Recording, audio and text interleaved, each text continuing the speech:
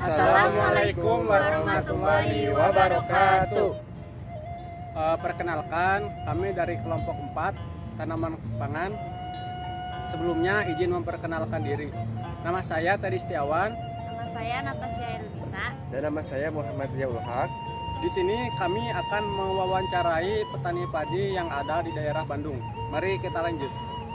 Assalamualaikum kawan-kawan. Kali ini kami akan mewawancarai petani padi yang ada di daerah Bandung, Jawa Barat. Penasaran? Tonton terus kami sampai habis ya.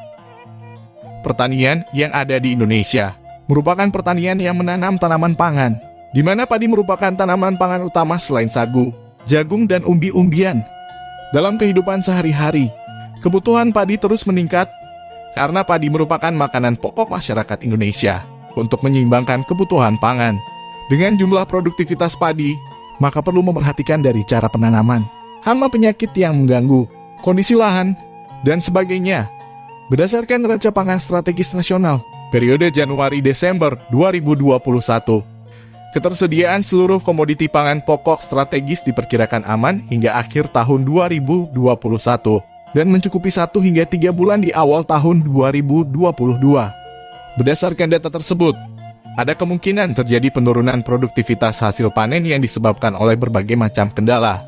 Salah satunya adanya serangan OPT hama dan penyakit, sehingga menurunkan kualitas maupun kuantitas tanaman padi. Oke guys, gimana, paham gak apa yang dijelasin oleh aku? Oke, mari kicap ke pembahasan yang selanjutnya. Tanaman padi yang ada di daerah Bandung ini baru berumur sekitar 20 harian setelah dipindahkan dari Semai. Dan saya melihat banyak sekali hama wurun di sekitar tanaman padi. Selain menghisap cairan pada tanaman padi, ternyata wurun juga mampu menularkan virus tungro. Hal ini tentu saja akan berbahaya bagi pertumbuhan tanaman. Untuk pengendalian hama wurun, biasanya petani menggunakan bahan kimia berupa insektisida tipe kontak dan sistemik berbahan aktif sipermatrin ataupun imidacloprid. Petani di daerah Bandung ini masih terbiasa menggunakan bahan kimia buat pengendalian wurang dan belum bisa beralih ke bahan-bahan organik. Oke guys, barusan aku udah jelasin mengenai definisi padi, hama penyakit, serta cara pengendaliannya. Sekarang mari kita bahas cara penyemaian padi dan cara penanaman padi. Oke, mari kicop. Cara menanam padi yang baik dan menguntungkan adalah melakukan proses persemaian atau pembibitan. Persemaian adalah tempat atau areal untuk memproses benih menjadi bibit yang siap ditanam. Proses ini terbilang penting dan harus kamu perhatikan seksama. Cara persemaian padi yaitu sebagai berikut. 1. Lakukan persemaian di media khusus atau secara langsung di sawah. 2. Persemaian dilakukan 25 hari sebelum masa tanam. 3. Berikan pupuk urea dan pupuk TSP masing-masing 10 gram untuk per 1 meter persegi. 4. Setelah persemaian sudah siap, kamu bisa memindahkannya ke lahan utama. Oke guys, selanjutnya mari kita bahas cara menanam padi. Cara menanam padi yang baik dan menguntungkan adalah proses penanaman setelah benih padi yang disemai tumbuh sempurna. Ciri-ciri benih yang baik usai proses persemaian adalah jumlah daun harus 5 sampai dengan 6 helai, tinggi daun 22 cm hingga 25 cm, dan batang bawah besar serta keras. Cara menanam padi yang baik dan menguntungkan adalah sebagai berikut. 1. Pindahkan bibit dari lahan semai ke lahan tanam dengan hati-hati, jangan sampai merusak tanaman. 2. Masukkan bibit atau benih perlahan ke bagian lubang yang telah kamu siapkan. 3. Sebaiknya 2 atau 3 benih hanya untuk satu lubang tanam dengan kedalaman 2 cm hingga 15 cm. Oke, mungkin teman-teman udah pada boring ya dengar suara aku. Sekarang mari kita lanjut ke wawancara.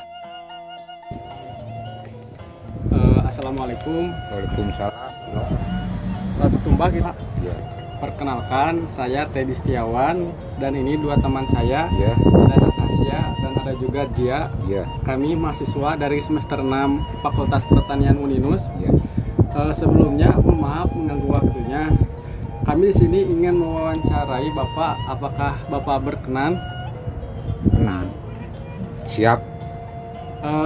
Kalau boleh tahu, nama Bapak siapa? Pak Alonana. Sudah berapa lama Bapak menjadi petani? 15 tahun. Selain petani, apakah ada pekerjaan lain? Enggak ada. tanaman apa saja yang dibudidayakan? Padi saja dengan kangkung.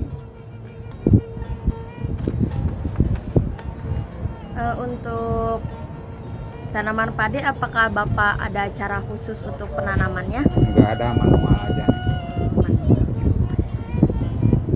Kalau untuk hama dan penyakit biasanya yang Cuma banyak menyerang itu apa, Pak?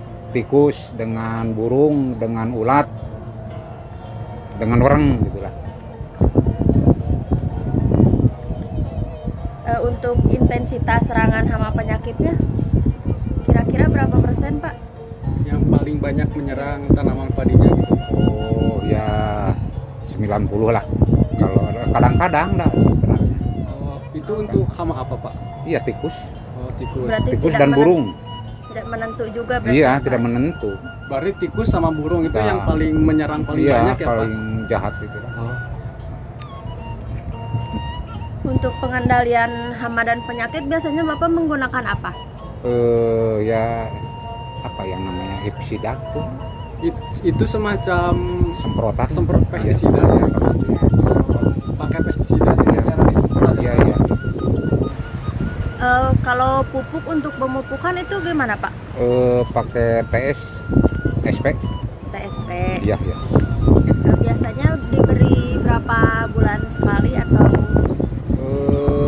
Satu setiap- kali. Satu kali. 1 bulan untuk Enggak, itu satu musim cuma satu kali. Nah ini udah diramet ya, langsung ditabur sama pupuk gitu. seperti itu. Udah satu kali aja. Bapak pernah menggunakan pestisida alami atau kayak Organik gitu. ya organik gitu? Oh belum pernah. Belum pernah. Berarti ini semuanya full pakai kimia ya, Iya Pak? kimia. Kalau ini, Pak, untuk hasil panennya ini kira-kira gimana, Pak? Kalau panen satu tumbak cuma 5 kilo. Satu tumbak itu 5 kilo, Pak.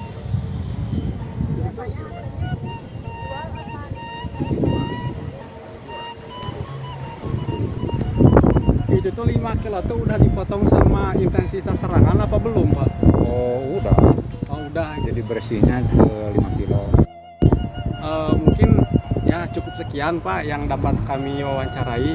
Mohon maaf apabila kami dari mahasiswa mengganggu waktu Bapak. Enggak. Mungkin sekian ya, Pak. Iya, Ya, iya. makasih banyak. Padi ini berumur baru sekitar 1 bulan, dan bisa kita lihat di sekitar tanaman padi ini terdapat banyak gulma. Setelah melakukan penanaman yang baik dan benar, kita perlu melakukan perawatan dimulai dari penyiangan atau sanitasi lahan agar terbebas dari gulma. Kemudian, lakukan pengairan sesuai kebutuhan supaya tanaman tetap mendapat air dan tidak kering. Lalu pemupukan saat usia 1 minggu dengan pupuk urea dan TSP. Dan jangan lupa untuk pemupukan lanjutan setelah usia 30 HST, hari setelah tanam, dengan menggunakan pupuk yang memiliki unsur NPK atau urea. Dilanjutkan dengan mengendalikan hama.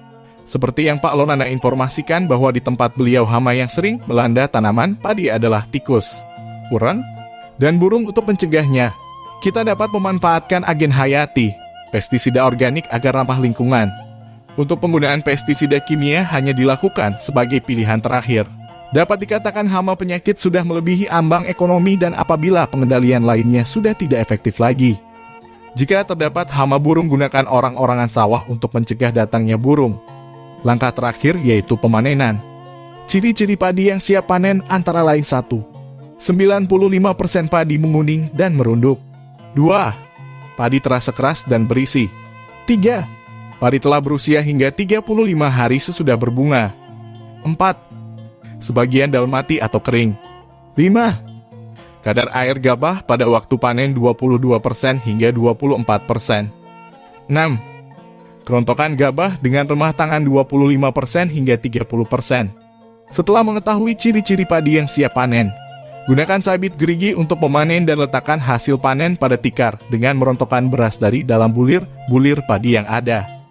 Setelah itu jemur selama 2 hingga 3 hari, kemudian simpan di area yang bersih dan kering. Oke, mungkin cukup sekian yang dapat kami sampaikan. Mohon maaf apabila kami ada salah dalam pengucapan kalimat dan ada banyak kekurangan dalam pembuatan video. Mudah-mudahan Ibu dosen bisa menerima video kami ini. Untuk itu kami Teddy, Zia, dan Natasha pamit undur diri. Assalamualaikum warahmatullahi wabarakatuh.